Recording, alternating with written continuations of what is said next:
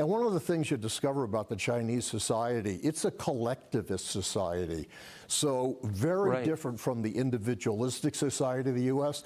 So in China, literally, the way they would look at it is there are probably 80 million people in Xinjiang where the Uyghurs live.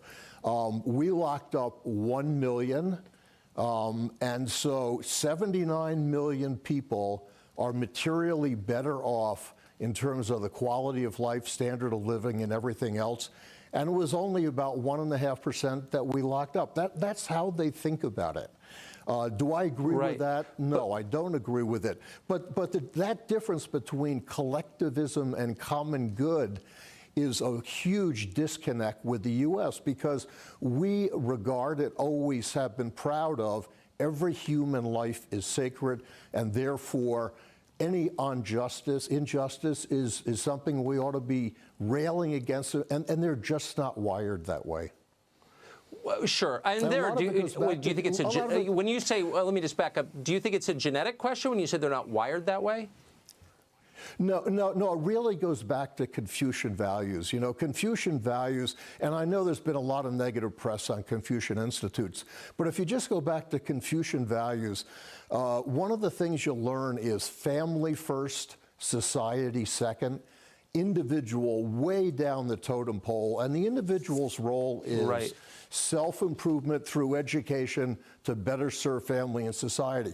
So whenever you talk to the Chinese about how is the country doing, they always go back to the broad base of maximum number of people out of poverty, education, whatever it is. I bet they do. I bet they do. I mean, that's a pretty handy way to excuse putting 1 million people in a concentration camp.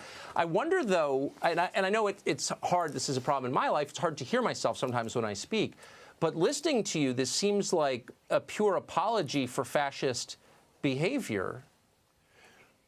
It was kind of very interesting to hear the gentleman explain his viewpoint on how collectivism and common good is somewhat a disconnect, a huge disconnect in the U.S. Because in the U.S., he goes on to explain that, you know, we're very proud of the fact that we believe every human life is sacred, and any unjust, we're just totally against it. But he says that China's not wired that way. You know, they're more about, what does he say, Confucius? Yeah, they're more about Confucius values. And he goes on to explain that Confucius values is more focused on family first, community second, and then he said the individual is like way down the list. So that was just very interesting to hear his viewpoint on how the differences between the U.S. and China. I'd rather have our values, because I do believe too that every human life is sacred, and there should be no unjust, totally against it. So I'll stick with the U.S.